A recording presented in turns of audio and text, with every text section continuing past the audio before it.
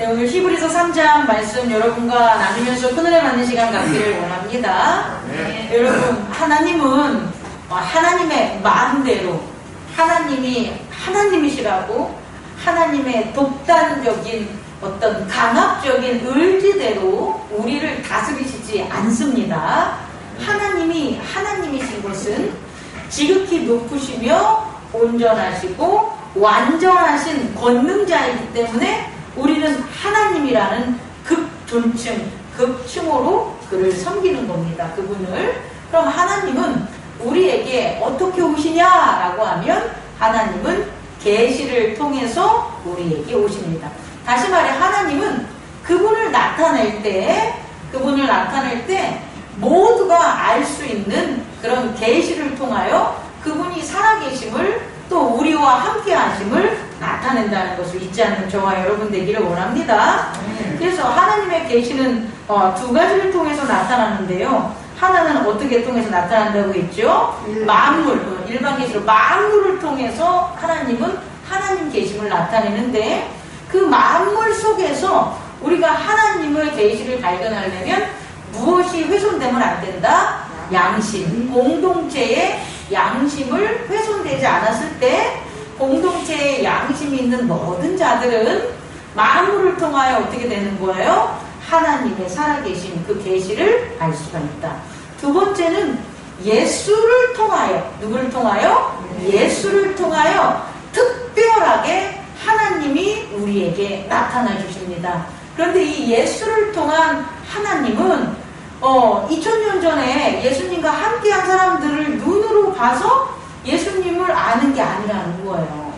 예수님을 따르던 제자들이 예수님과 밥을 같이 먹고 또 같은 생활을 하고 같이 전도여행을 떠나고 여러 가지 동고동락을 했지만 그들이 하나님을 예수 안에서 계시받지 못한 자들도 있다 없다. 있다라는 거예요. 그 대표적인 게 가룟 유다 아니겠습니까?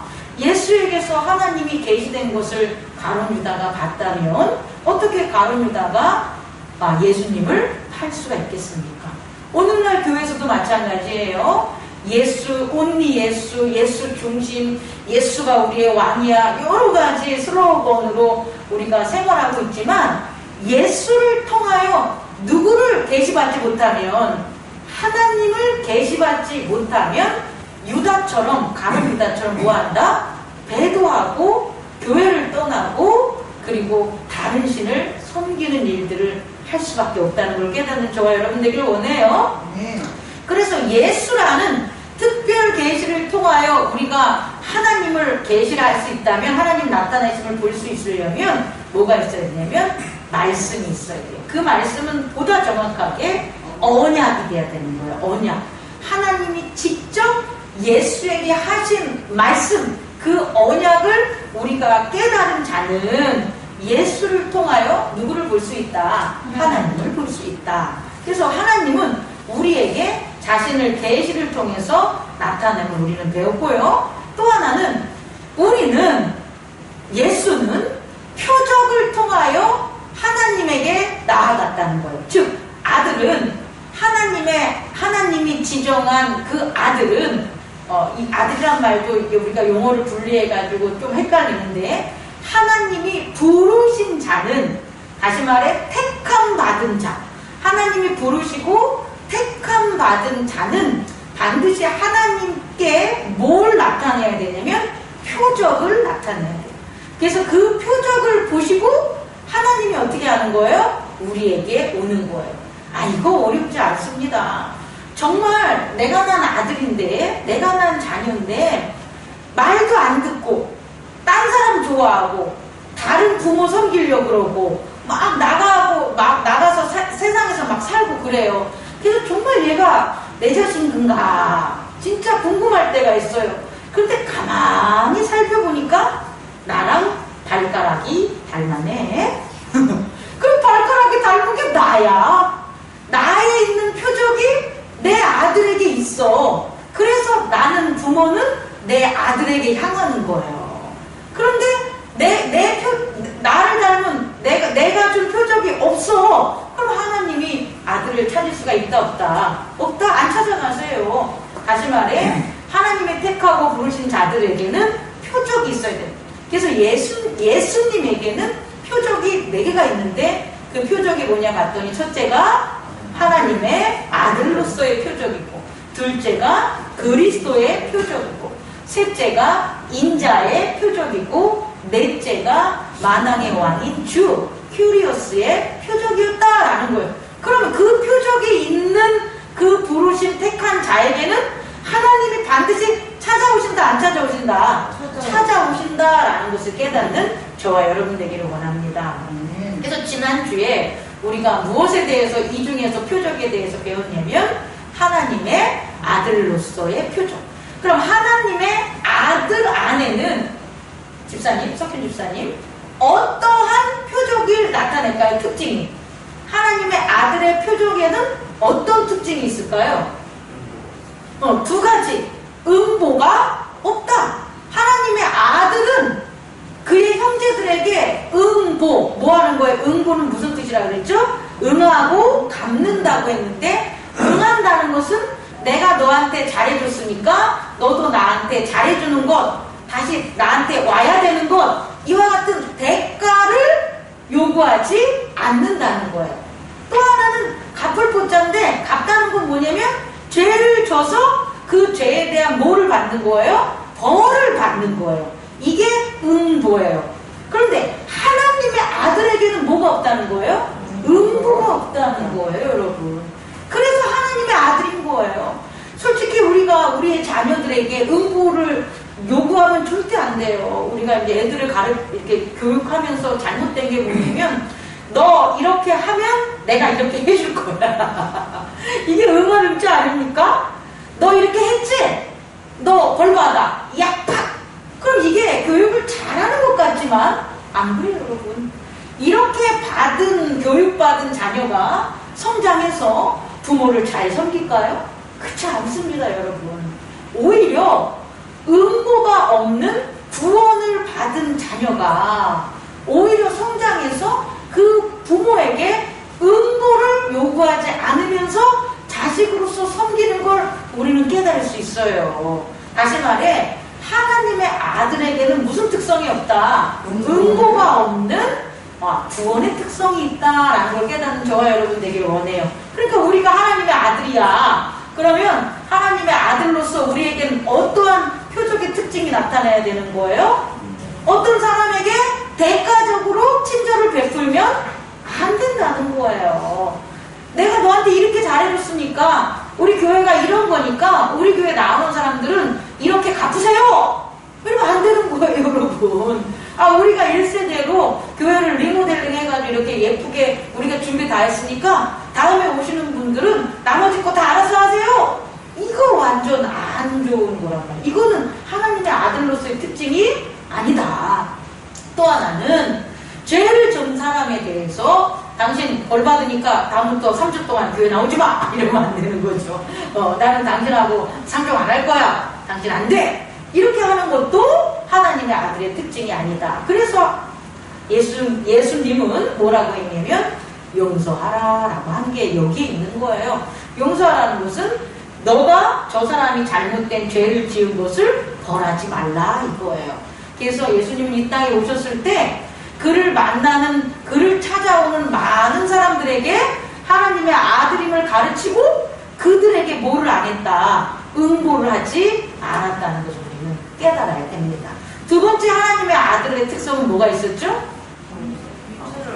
오케이, 이제 드디어 영어가 나오고 있어요. Mutual Affection이라고 해서 상호간의 애착이에요.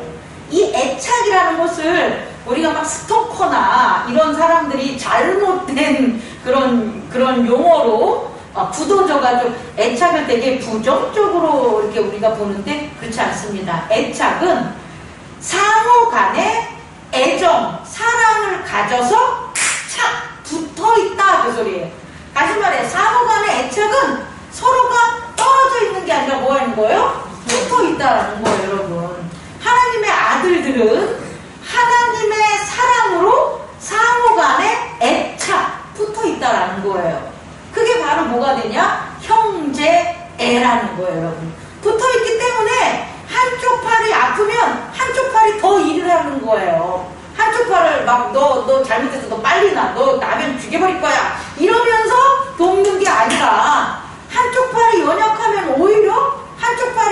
하나도 불평 없이 어떻게 하는 거예요? 그 팔이 하는 역할들을 다 하는 게 바로 형제의 상호간의 애착이라는 걸 깨닫는 저와 여러분 되기를 원합니다. 예수님이 그랬다고요.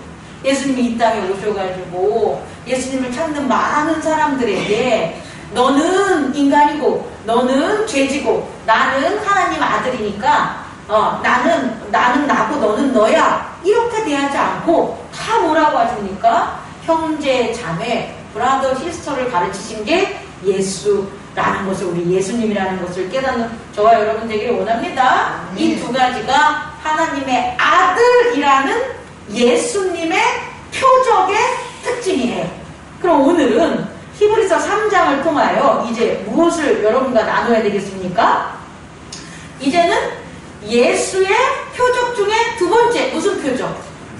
그리스도. 예수가 왜 그리스도인가? 또 예수님에게 나타난 그리스도의 특징이 뭔가를 히브리서 3장을 통해서 깨닫고 은혜 받는 귀한 시간 갖기를 원합니다. 여러분 예수에게 나타난 그리스도의 표적의 그 특징 첫 번째는 뭘 것 같아요? 오늘 히브리서 3장을 보면 따라해 보세요. 안식이에요. 그러니까 예수님이 그리스도라는 걸 우리는 어떻게 나타나냐 이걸 우리는 찾아야 되는데 예수님에게 나타난 게 있다라는 거예요. 다른 선지자나 다른 헤롯 왕이나 다른 철학자나 이들에게는 없어. 그런데 예수님에게만 나타난 특징이 있다라는 거예요. 그게 뭐냐면 안식이라는 거예요. 뭐라고요? 안식. 이 안식 때문에 사실은 예수님은 십자가에 못 박혀 돌아가시는 고초의 직접적인 원인이 되기도 해요. 왜냐하면 안식은 누구만 주는 건데? 하나님만 주는 거예요. 그래서 안식일이라는 것은 하나님이 주인이 돼가지고 안식일에는 아무것도 일을 하지 않고 오직 안식일의 법을 지키는 게 유대인들의 특징이었단 말이에요. 왜 그랬냐면 그 안식일의 주인이 누구기 때문에 하나님이니까. 그런데 예수라는 그 사람이 와가지고는 다른 건 다 좋은데 귀신을 물리치고 기적을 일으키는 건 다 좋은데 이상한 얘기를 하는 거예요. 그 이상한 얘기가 뭐냐 봤더니 안식일에도 예수님께서 뭘 하시는 거예요? 일을 하는 거예요. 그래서 물어본 거죠. 야, 당신 말이야 왜 안식일에 안식일법을 지키지 않고 일을 해? 그랬더니 예수님이 뭐라고 말씀하십니까? 인자는 안식일의 주인이다. 다시 말해 나는 안식일의 주인이기 때문에 아버지가 일을 하기 때문에 나도 일을 한다고 얘기한 거예요. 그 사람들이 어떻게 된 거예요? 뒤집어진 거죠. 그런데 예수님이 누구기 때문에? 그리스도이기 때문에. 예수님이 그리스도이기 때문에 예수님은 뭘 할 수밖에 없는 거예요? 안식일의 주인이라는 안식의 특성을 나타낼 수 있었다는 거예요. 이걸 꼭 깨닫는 저와 여러분 되기를 원합니다. 그렇다면 안식은 뭘까요? 이제 우리가 해야죠. 안식을 영어로 말하면 레스트라고 쉰다 이렇게 생각하는데 그렇지 않습니다. 여러분 우리는 참 진짜 모르고 있으면서 안다고 하는 게 너무나 많은 무식한 것들입니다. 그래서 하나씩 깨닫는 저와 여러분 되기를 원해요. 안식. 안자가 무슨 안자일까요? 편안할 안자예요. 식자가 무슨 식자일까요? 여기서 걸리는 거야. 무슨 식자냐? 저도 깜짝 놀랐습니다. 이게 식이 아니라고요. 그럼 재미없잖아. 이 식자가 무슨 식자냐면 숨 쉴 식자예요. 숨 쉴 식. 안식이라는 것은 뭐냐면 편안하게 숨을 쉬는 것. 다시 말해 생명을 나타내는 거예요. 안식은 뭐가 되냐면 생명을 나타내는 것. 편안하게 숨을 쉬는 게 안식이라는 걸 깨닫는 저와 여러분 되기를 원합니다. 그런데 이 안식, 편안하게 숨을 쉬려면 어떤 일이 벌어져야 되냐면 집이 있어야 되는 거예요. 집 면자에다가 계집 역자가 있는 게 편안한 안자잖아요. 집에 주인이 있어야 되는 거예요. 모든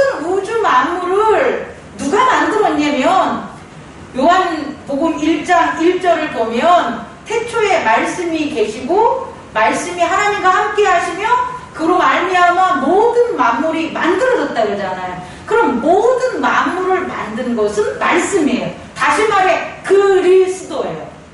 그리스도가 모든 만물을 만들었어요. 그래서 그 만물에는 생명이 있고 그 생명, 말씀은 그 생명의 빛이니라. 빛이 왔는데 빛을 어둠이 있으므로 모르는 자가 있다. 이렇게 얘기를 하잖아요. 다시 말해 만물을 만든 건 누구예요? 그리스도예요. 그런데 그 그리스도 안에 누가 앉아 계신 거예요? 하나님이 계신 거라고요. 이게 만물을 만드는 거라고. 아니 그리스도가 뭔가를 만물을 만들어 놓고 자기가 거기서 띵까띵까 하려고 만물을 만든 게 아니라는 거예요.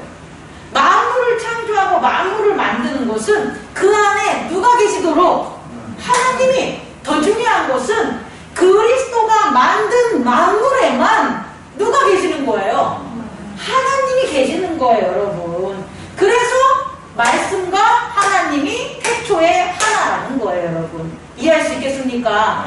편안하다는 건 뭐냐면 내가 만든 곳에 내가 있어야지 편안한 거예요. 그렇지 않습니까? 여러분들이 다른 교회 다녀요. 그럼 마음이 편안합니까? 편하지 않아요, 여러분. 왜? 그 교회를 누가 세우지 않았습니까? 내가 세우지 않았으니까 내가 가면 늘 나그네 같고 객 같고 불편한 거예요. 내가 편안하게 그곳에 머물지 못하는 거예요. 근데 여러분 이 교회에 오면 편안합니까? 편안합니까? 우리가 이곳에 있어야 편안한 거예요, 여러분. 이해할 수 있겠어요? 마찬가지로 그리스도가 만든 그 만물에는 누가 계셔야 된다? 하나님이 계셔야지 편안함을 깨닫는 저와 여러분 되기를 원합니다. 두 번째는 뭐냐면요, 숨쉴 십자인데 숨쉬다는 건 뭐냐면 스스로 자자에다가 마음 심자예요. 다시 말해 스스로 자자, 스스로 있는 마음이란 뜻이 아니고 그 스스로 자자를 코비자예요.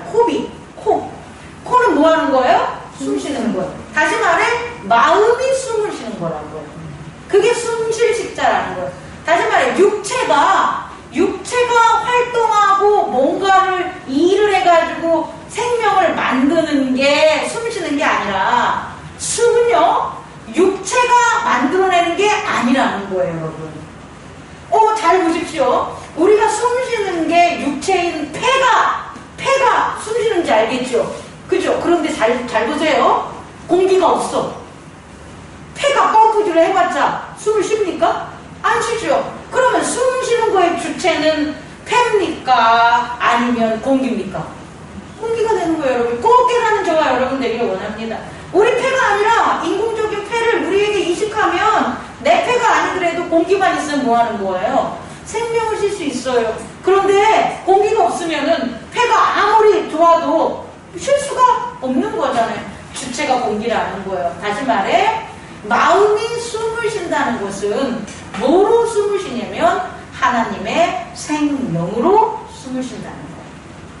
우리가 숨을 쉰다는 것은 하나님이 태초에 천지를 창조하시고 아담을 만들 때 뭐로 만드니까 그의 코에 생명을 부어놓은 것처럼 그리스도가 만든 모든 만물에는 하나님의 뭐가 있는 거예요? 생명이 있다라는 거예요. 그래서 숨을 쉰다라는 거예요. 뭐가? 성령이 숨을 쉰다라는 거예요. 이것을 깨닫는 저와 여러분 되기를 원합니다. 그게 안식이라고요.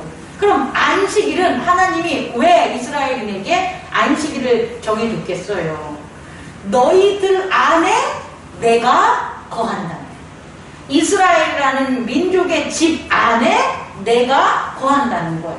그리고 또 하나는 내가 너희에게 준 율법으로 뭐 하라는 거예요? 너희의 마음이 숨을 쉬라는 거예요.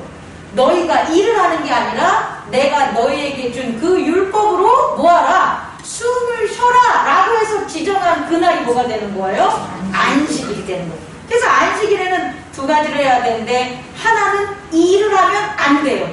그게 평안함이에요. 일을 하면 안 되는 거. 또 하나는 일을 안 하는 대신 가만히 있는 게 아니라 무엇을 해야 되냐면 기도하고 말씀을 묵상해야 되는 거예요. 그리고 찬양해야 되는 거예요. 뭐냐? 다시 말해 내가 하는 게 아니라 하나님이 주신 성령이 기도하게 만들어야 돼요. 그게 안식이라는 거예요. 이걸 꼭 깨닫는 저와 여러분 되기를 원합니다.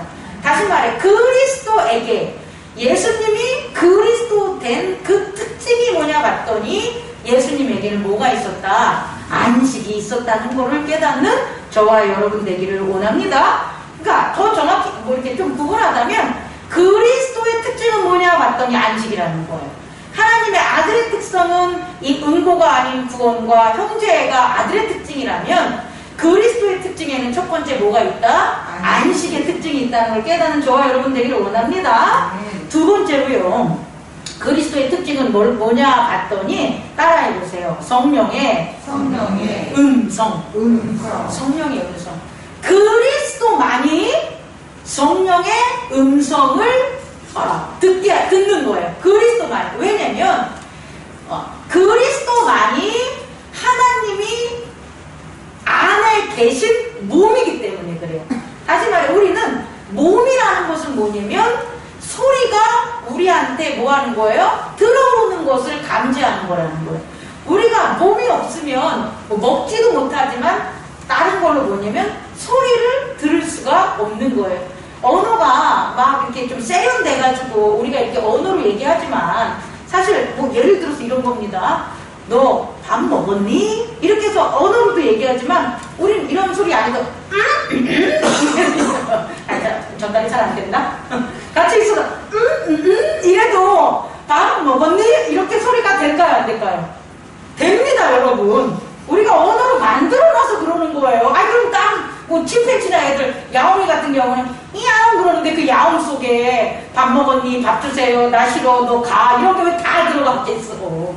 이해할 수 있겠습니까? 몸은 음성을 갖다가 나타내고 받는 역할을 하는 게 몸이라는 거예요. 그래서 그리스도의 몸이 있으면 무엇이 깃들 수가 있냐면 성령의 음성, 하나님의 음성이 뭐 할 수 있는 거예요? 깃들 수 있다는 것을 깨닫는 저와 여러분 되기를 원합니다. 이게 그리스도의 뭐가 되는 거예요? 특징입니다. 그리스도의 두 번째 특징에는 뭐가 있다? 성령의 음성이 들린다. 그런데 여러분 우리 잘 들어보세요. 이 음성이 구체적인 하나하나의 우리가 사용하는 그런 언어적인 말은 아니라는 거예요.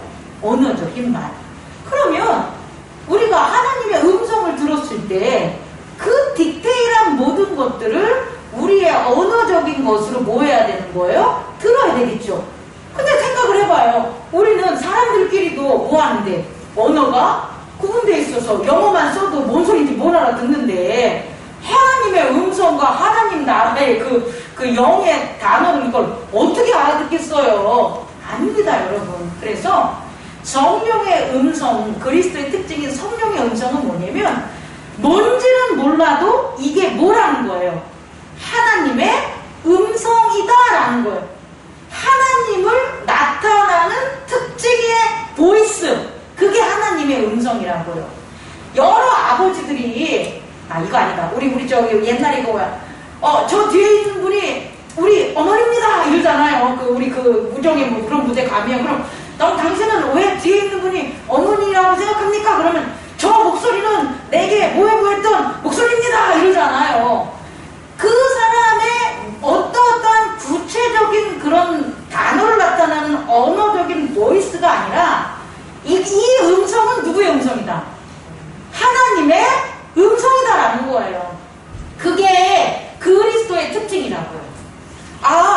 목사님이 구체적으로 응응을 해도 목사님이 딱 와. 우리 고양이나 이런 강아지 같은 경우는 제 발자국 소리나 제 목소리를 들으면 언어가 같지 않아서 모르지만 좋아서 막 난리치잖아요. 그건 언어를 알아서 말귀를 알아들어서 반응한 게 아니라 그 사람이 누구라는 거예요. 내 주인이구나 이 음성이라는 거예요. 마찬가지로 성령의 음성은 뭐냐면 그 음성을 들으면 뭐가 되는 거예요? 하나님이구나 이걸 알 수 있는 음성을 누구에게 가지고 있는 거예요? 그리스도에게 가지고 있는 그 특성이라고요. 그래서요 다메섹으로 가서 누구를 그 예수의 제자들을 다 죽이려고 교회를 다 박살내려고 갔던 누가?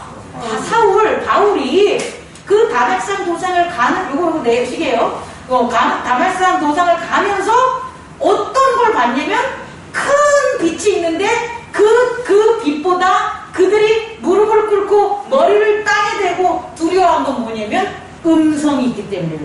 음성. 그 음성은 뭐냐면 이게 하나님의 음성이야! 이거라는 거예요. 뭐라고 얘기했는지 기록이 안 됐어. 하지만 뭔 거예요? 하나님. 그래서 뭐라고 기록하냐면 나는 하나님의 음성을 들었어. 이게 되는 거예요. 그리고 바울이 무릎 꿇고 복종하는 것은 그 음성이 누구의 음성이라는 거예요? 하나님의 음성이라는 거예요. 그게 바로 그리스도의 두 번째 특징이라는 거예요. 우리는 뭔지 모르지만 음성을 듣는다면 그 음성이 구체적인 너 저기 가서 땅 사라, 너 저기 가서 투자해라, 너 저기 가서 뭐해라, 이런 기대를 하지 말라고. 이건 하나님의 음성 아니래. 이런 건 그리스도를 통해서 나타내는 게 아니라는 거예요. 어떤 음성이냐면 하나님이시군요, 이 끝이요. 그리고 기도하면서 그 음성에 내가 마음이 평안을 얻고 하나님을 만났구나, 하나님 그렇게 할게요라는 예스, 순종을 할 수 있는 그와 같은 음성, 그게 바로 그리스도의 특징임을 깨닫는 저와 여러분 되길 원합니다. 그래서 예수에게서는 그 음성이 있었다 없었다? 있었다는 거예요. 그 있었다는 표적들이 그래서 많이 나타나고 있다는 걸 깨닫는 저와 여러분 되길 원합니다.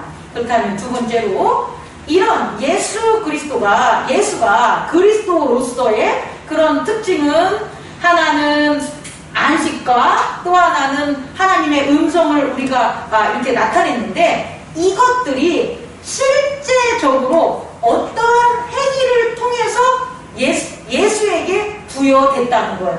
다시 말해 예수님이 어떠한 행위와 역할을 할 때에 예수님에게는 안식이 있고 예수님에게는 하나님의 음성이 나타난다는 거예요. 그게 뭐냐라고 보면 두 번째로 따라해보세요. 대제사장의 역할. 예수님이 그리스도기 때문에 대제사장의 역할을 한 거예요, 여러분. 그래서 예수님을 대제사장이라고 한 거예요.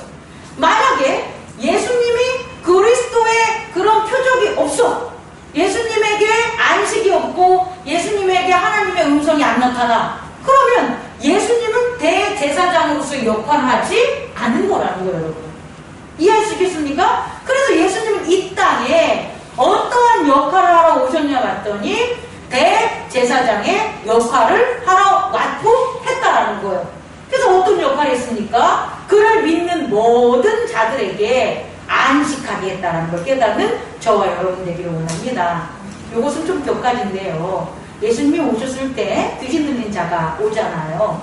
군대 귀신인가? 그 걔네들이 한 얘기가 있잖아요. 뭐라고 합니까? 귀신 들린 귀신들이 예수님한테 하나님의 아들이요, 당신 왜 왔어요? 이러잖아요. 당신 지금 때가 안 됐는데 왜 왔어요? 이거잖아요. 여러분 되게 중요합니다. 그거 오고 싶어서 왔다 아닙니다. 그들을 맞이하는 예수는 인자로서 오는 예수예요. 귀신들을 쳐부시고 사단을 멸하는 그 역할로서 오는 것은 인자, 다시 말해 재림의 주로서 오는 거예요. 근데 그때는 예수님이 왔는 것은 재림으로 온 게 아니잖아요. 재림의 때가 아니잖아요. 심판의 때가 아니잖아요. 그런데 예수님이 온 거야. 그 하나님의 아들이 온 거예요. 그러니까 귀신이 궁금하지. 아니 왜 왔냐고. 지금 심판받을 때도 아닌데 왜 왔냐고. 그런데 예수님은 그리스도로 온 거예요. 심판하기 전에 그의 택함받은 자녀에게 뭘 주기 위해? 안식, 다시 말해 생명. 그리스도의 생명을 회복시키고 빛을 회복시키려고 오신 거라고요, 여러분. 귀신의 입장에서는 이때 오지 않아야 되는데 와서 당황스럽겠지만 그건 나중에 오실 거고, 지금 온 예수는 그리스도로 오셨기 때문에 그를 따르는 모든 자들에게 대제사장으로서의 역할, 다시 말해 뭐냐? 안식, 하나님과 함께하는 안식, 생명을 주려고 왔다라는 거예요. 심판을 받고 생명 주는 게 아니라 하나님의 생명을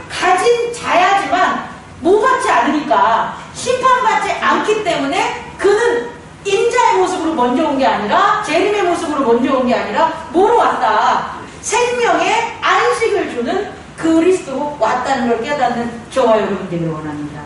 생명이 없으면 안식할 수 없어요, 여러분. 오케이? 두 번째는 이런 제사장으로 오신 그는 제단을 통해서 우리가 안식을 회복하고, 또 하나는 하나님의 음성을 들려주신다는 거예요. 어떤 음성? 따라해보세요. 너는 내 사랑하는 아들이야. 끝! 이 소리를 들으면 땡이야. 우리는 이 소리보다 더 디테일한 걸 전 들을 필요 없다고 봐요. 왜? 이 소리 하나만으로 우리는 어디로 갈 수 있습니까? 하나님의 본향으로 갈 수 있습니까? 그래야, 그렇지 않아요? 이 세상을 살아갈 때 길을 잃고 헤매고 어디로 갈지 모르는 그런 방황하고 사는데 음성이 들리는 거예요. 내 아들아, 그러면 내 아들아 오른쪽으로 가라, 내 아들아 왼쪽으로 가라, 이런 걸 기대하지만 아닙니다. 방황하고 있을 때 내 아들아, 그러면 우린 뭘 따라가는 거예요?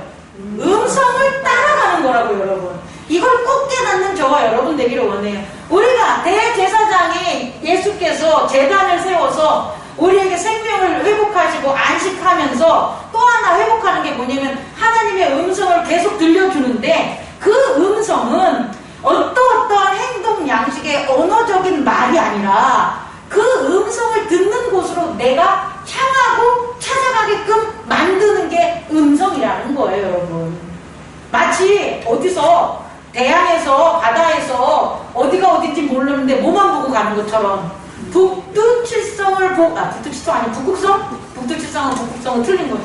그 북극성을 바라보고 항로를 가는 거랑 똑같다는 거예요, 여러분. 하나님의 음성은 들으면 우리의 마음은 세상에서 떠나서 하나님을 향하게 가고, 그 음성을 들으면 들을수록 우리는, 유대인들은, 이스라엘인들은 광야에서 그 음성을 갖다 듣지 않았지만 그 음성을 들으면 들을수록 우리는 하나님께로 향할 수 있다는 걸 깨닫는 저와 여러분 되기를 원합니다.